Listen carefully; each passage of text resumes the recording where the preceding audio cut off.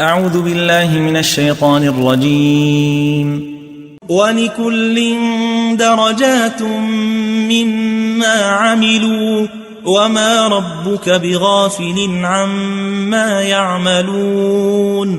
وربك الغني ذو الرحمة إن يشأ يذهبكم ويستخلف من بعدكم ما يشاء كما أنشأكم من ذرية قوم آخرين.